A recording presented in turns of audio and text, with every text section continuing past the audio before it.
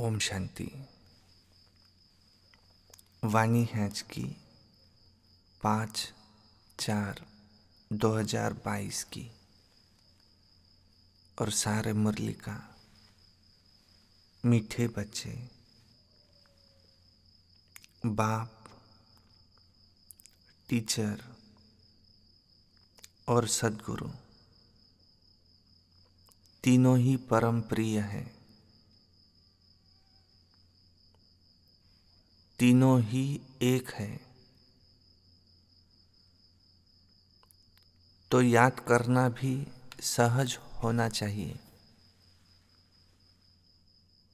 फिर प्रश्न है,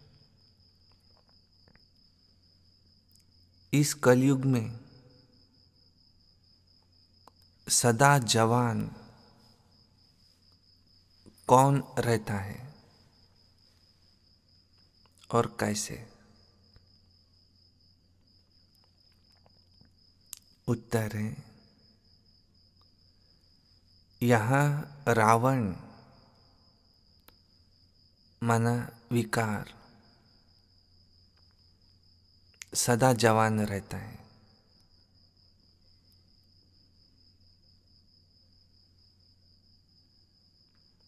मनुष्य भल बूढ़ा हो जाए, लेकिन उसमें जो विकार है, क्रोध है, वह कभी बूढ़ा नहीं होता।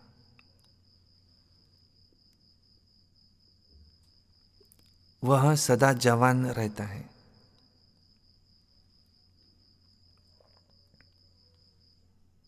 मरने तक भी विकार की आश बनी रहती है। बाप कहते हैं, ये काम महाशत्रु है।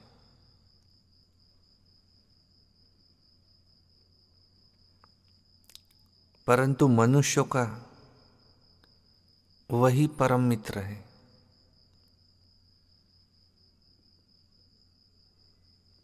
इसलिए एक दो को तंग करते रहते हैं। गीत है आज का, मैं एक नन्हा सा बच्चा हूं। ओम शांति। बच्चे बाप को याद करते हैं।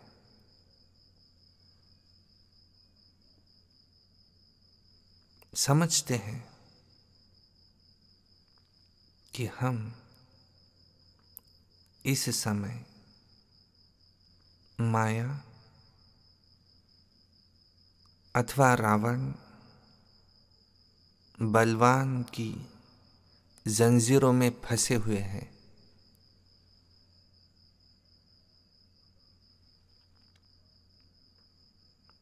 बाप कहते हैं,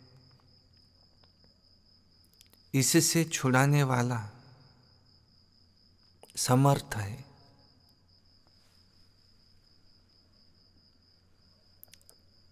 तुम बच्चे जानते हो कि हम आत्माएं बलहीन है। रावण ने बलहीन बनाया है। यह ज्ञान कोई मनुष्य में नहीं है।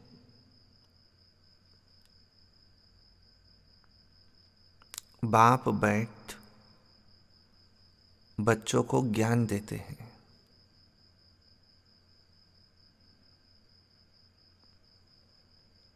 तुम कितने सर्वशक्तिमान विश्व के मालिक थे और अब कितना कंगाल निर्बल हो गए हो।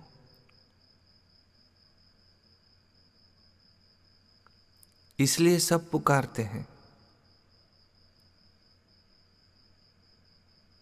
हे परमपिता परमात्मा, हमको आकर इस रावण की जंजीरों से छुड़ाओ। हे पतित पावन, आओ।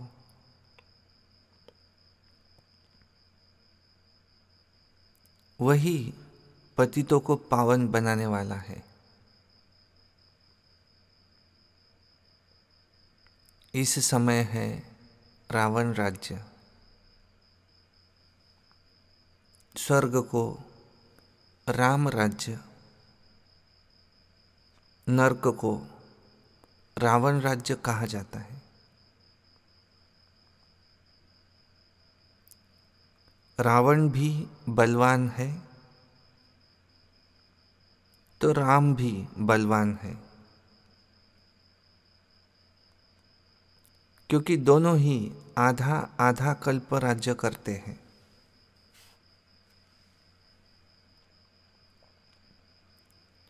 मनुष्य तो सब पतित है।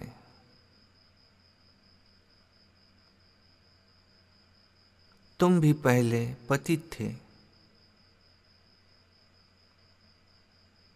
अब पतित पावन आकर तुमको पावन बनने का ज्ञान दे रहे हैं। योग और ज्ञान। पहले तो बाप के साथ योग चाहिए।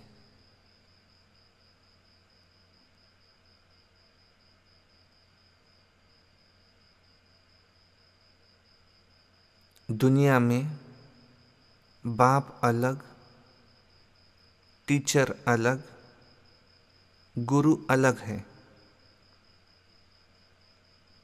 याद करना पड़ता है कि फलाना टीचर हमको पढ़ाते हैं। तुम तीनों ही संबंध से यहाँ एक को याद करते हो। तीनों का नाम एक ही है, शिव। परम प्रिय, परम पिता, परम प्रिय शिक्षक, परम प्रिय सद्गुरु, वह एक ही है।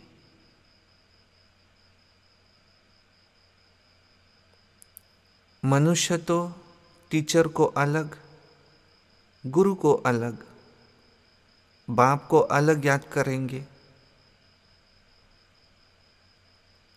उन्हों का नाम रूप अलग अलग है। यहाँ तीनों का नाम रूप एक ही है।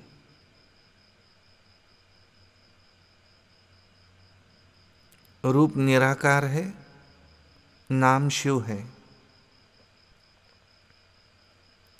बुद्धि में एक ही याद आता है। शिव बाबा कहते हैं, मैं आता हूँ तुम बच्चों को इस मृत्युलोक से ले जाने, जिसके आसार भी दिख रहे हैं।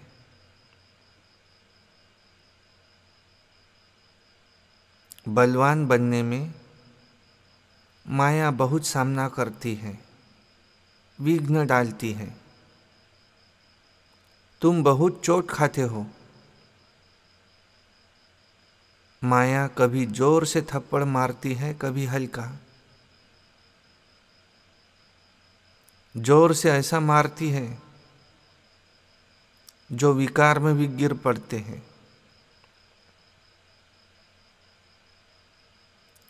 फिर वह असर बहुत समय चलता है कि बुद्धि को जैसे ताला लग जाता है। अब बाबा कहते हैं, माया भुलाने की बहुत कोशिश करेंगी, परंतु तुम भूलना नहीं। जितना तुम मेरे को याद करेंगे, तो वर्षा भी बुद्धि में आएगा और उच्च पद भी पाएंगे। ऐसा कोई बच्चा नहीं होगा कि जिसको बाप का वर्षा याद ना आए।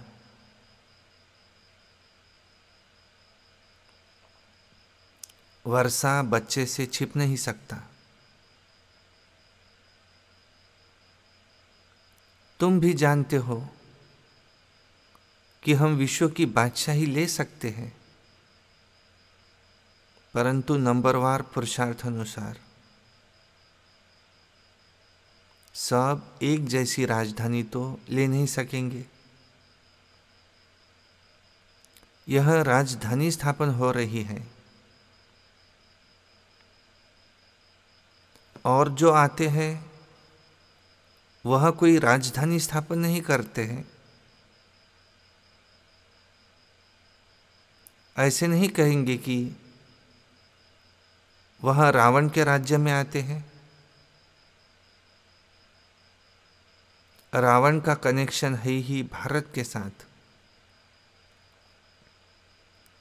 यहाँ ही रावण को जलाते हैं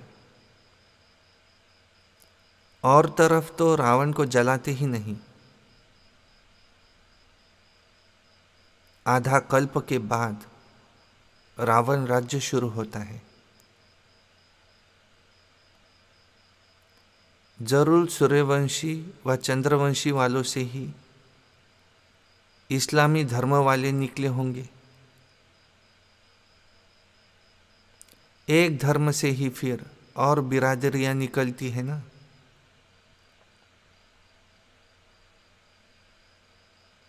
ऐसे नहीं, वह बिरादरी निकली तो उस समय वहाँ रावण राज्य होगा नहीं,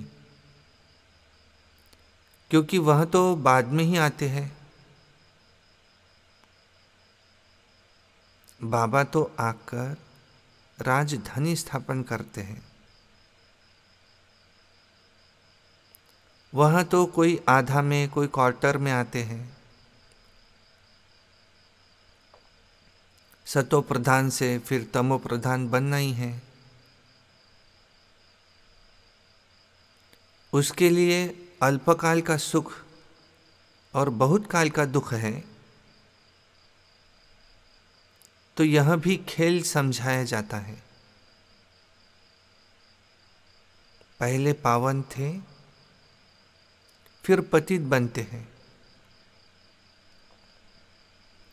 पहले एक ही देवी देवता धर्म था,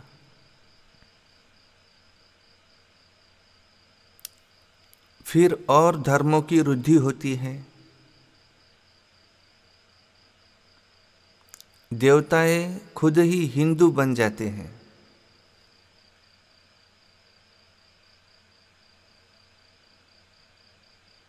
और फिर किस्म किस्म की मल्टीप्लिकेशन होती रहती है। वहाँ फिर अपने धर्म स्थापक के पिछाड़ी चले जाते हैं और देवता धर्म प्रायलोप हो जाता है।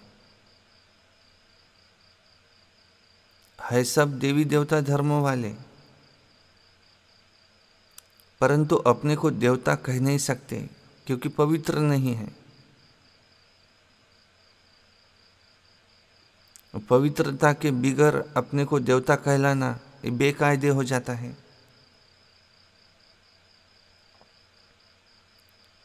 जो असूल देवी देवताएं थे तो वही फिर क्षत्रिय, फिर सो वैश्य, सो शूद्र बन जाते हैं। और अभी फिर तुम ब्राह्मण बने हो।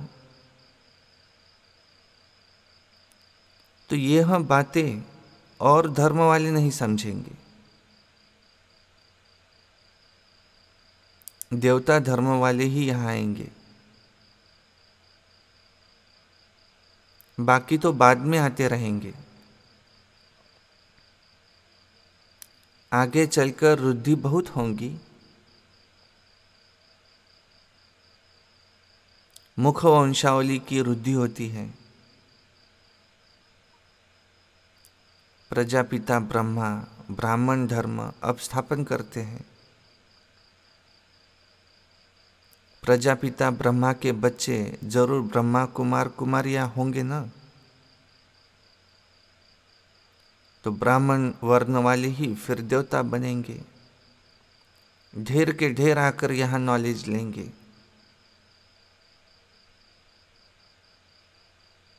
तुम पुरुषार्थ करते हो सूर्यवंशी राजधानी में आने का,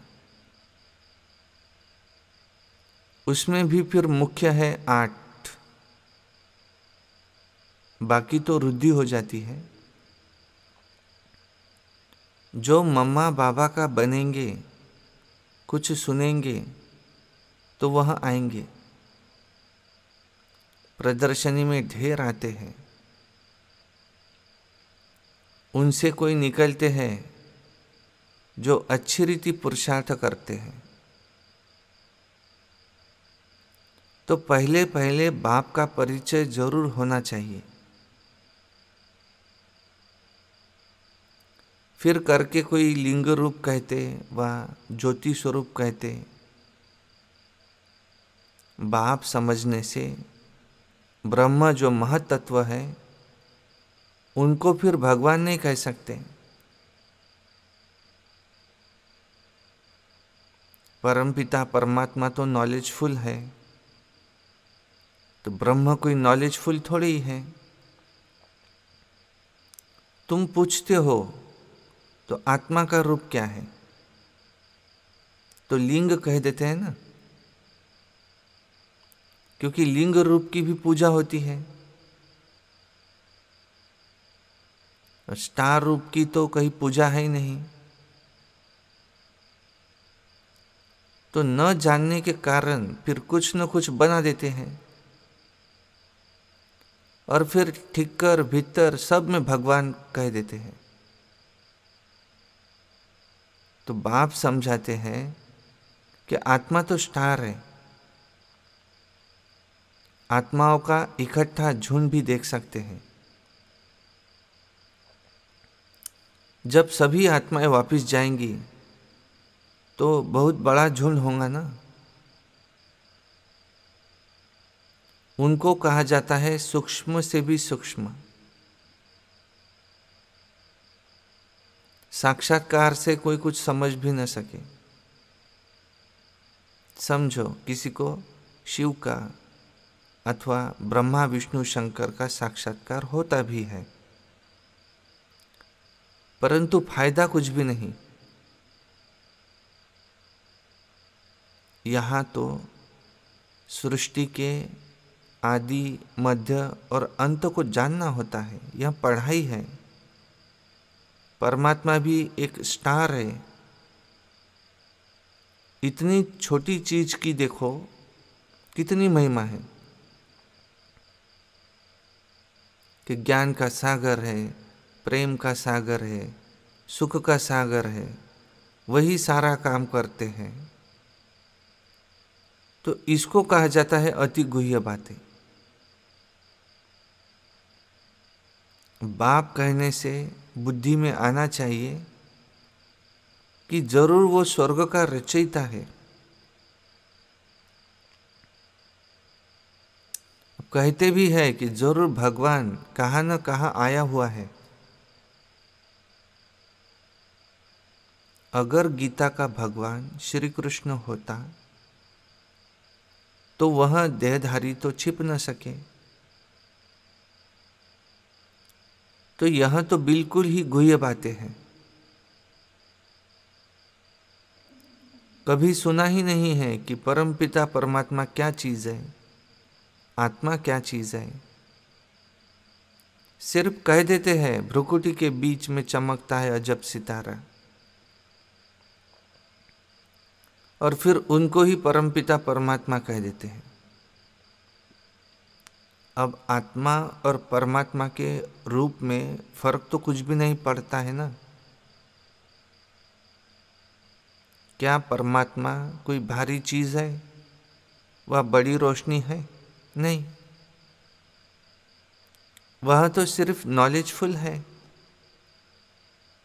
गति सद्गति के लिए ज्ञान देते हैं, तो ज्ञान सागर है। अब ज्ञान का सागर परमपिता परमात्मा को कहेंगे, वह रावण मत पर चलने वाले मनुष्यों को कहेंगे। बाप खुद कहते हैं मैं अथॉरिटी हूं, बाकी यह सब भक्ति मार्ग की सामग्री है। ब्रह्मा के हाथ में शास्त्र दिखाते हैं, परंतु उनको ये मालूम ही नहीं है कि ब्रह्मा कौन है। बाप कहते हैं मैंने आगे भी कहा है कि मैं साधारण बूढ़े तन में आता हूं। इस नंदीगण से आकर नॉलेज सुनाता हूं, माना ब्रह्मा बाबा।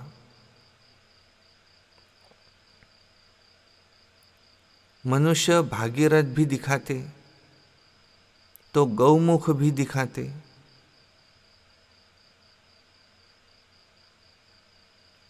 अब भागीरथ से भी गंगा और बैल से भी गंगा दिखाते हैं। राइट रॉन्ग क्या है समझ नहीं सकते। क्या बैल जानवर से गंगा निकली है? गौमुख दिखाते हैं तो गौ होनी चाहिए। नंदीगण को बैल दिखाते हैं, यह मेल तो बरोबर है ना। ब्रह्मा बाबा मनुष्य है, अगर गौ कहे वह भी माता तो है ना।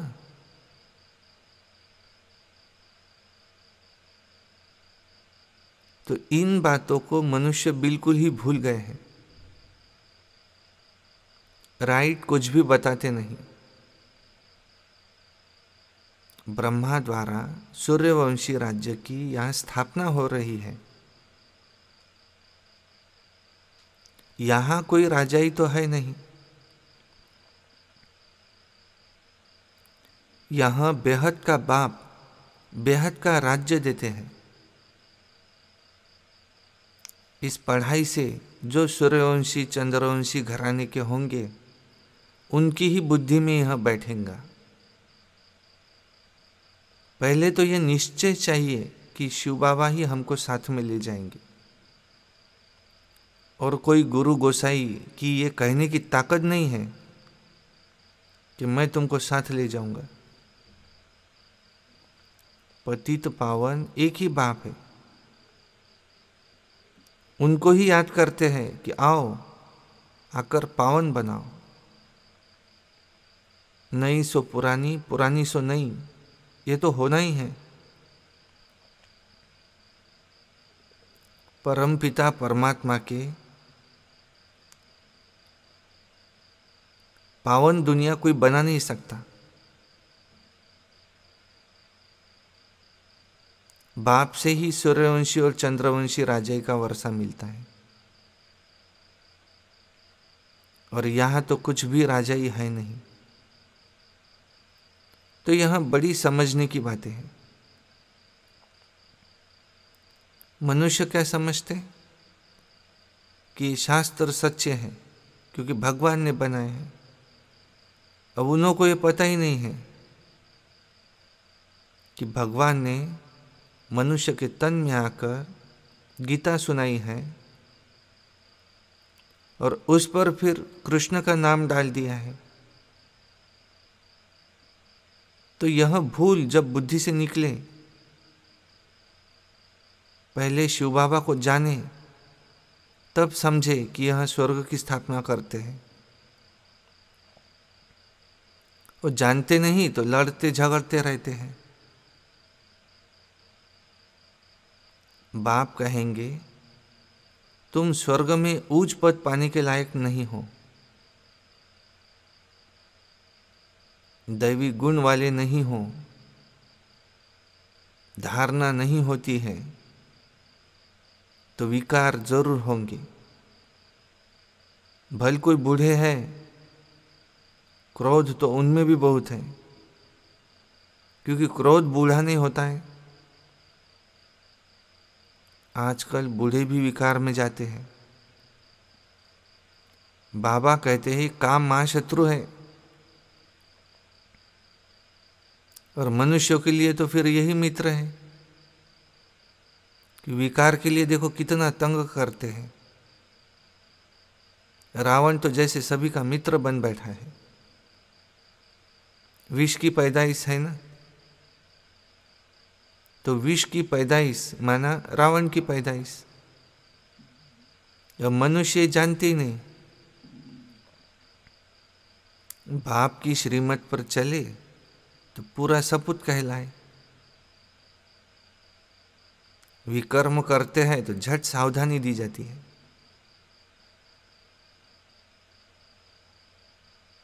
बहुतों में बहुत कुछ आदतें रहती है, जैसे झूठ बोलने की, चोरी करने की, मांगने की। बाप कहते हैं मैं तो दाता हूं, तुम कोई से मांगते क्यों हो? जिसको इंश्योर करना होगा वो आप ही करेगा। कभी भी मांगो नहीं। आज बाबा का जन्मदिन है, कुछ तो भेजे, ऐसे मांगो नहीं। समझाना है, इंश्योर करना है तो भल करो। भक्ति मार्ग में मनुष्य अपने को इंश्योर करते हैं ईश्वर के पास, जिसको दान कहा जाता है। तो उसका फल भी बाप ही देते हैं। वह है हद का इंश्योरेंस, यहां है बेहद का। भक्ति मार्ग में कहते आए हैं कि परमपिता परमात्मा ने भक्ति का फल दिया है। कोई साहूकार होगा तो कहेगा कि यह पास्ट कर्मों का फल है, मिला है। कोई गरीब है क्योंकि इंश्योरेंस नहीं किया है, इसलिए फिर धन नहीं मिलता है। बाप कहते हैं मेरे पास ही सब इंश्योर करते हैं। कहते हैं भगवान ने दिया। भक्ति मार्ग में तुम इंश्योर करते हो हद का, अब डायरेक्ट बेहद का इंश्योरेंस करते हो। माता पिता ने देखो इंश्योरेंस किया है ना, तो कितना रिटर्न में देते हैं। अब कन्या के पास तो पैसा होता ही नहीं, वहां फिर इस सर्विस में लग जाए तो सबसे ऊंचा जा सकती है। मम्मा ने तो कुछ भी इंश्योर किया नहीं। हाँ, शरीर इस सर्विस में दे दिया तो कितना उच्च पद पाती है। तो आत्मा जानती है मैं इस शरीर से बेहद की बाप की सेवा कर रही हूं। जगदम्बा का कितना बड़ा मर्तबा है। जगदम्बा ज्ञान ज्ञानेश्वरी और फिर वही राज राजेश्वरी बनती है। तो यह सब कुछ तुम ही जानते हो। अच्छा, मीठे मीठे सिक्की लधे बच्चों प्रति माता पिता बाप दादा का याद प्यार और गुड मॉर्निंग। रूहानी बाप की रूहानी बच्चों को नमस्ते, और हम रूहानी बच्चों की रूहानी बाप दादा को याद प्यार गुड मॉर्निंग नमस्ते। धारणा के लिए मुख्य सार है। नंबर 1, सपूत बनने के लिए बाप की श्रीमत पर चलना है। जो भी बुरी आदतें हैं, मांगने की, चोरी करने की, झूठ बोलने की, वो निकाल देनी है। दूसरा है अपना सब कुछ बाप के पास इंश्योर करना है। शरीर भी ईश्वरीय सेवा में लगाना है। माया की प्रवेशता किसी भी कारण से न हो जाए, इसमें सावधान रहना है। वरदान है, सदा हर कर्म में रूहानी नशे का अनुभव करने वाले और कराने वाले ऐसे खुश नसीब भव। विस्तार है, संगम युग पर आप बच्चे सबसे अधिक खुश नसीब हो, क्योंकि स्वयं भगवान ने आपको पसंद किया है, बेहद के मालिक बन गए। भगवान की डिक्शनरी में हु इज हु में आपका नाम है। बेहद का बाप मिला, बेहद का राज्य भाग्य मिला, बेहद का खजाना मिला। यही नशा सदा रहे तो अतीन्द्रिय सुख का अनुभव होता रहेगा।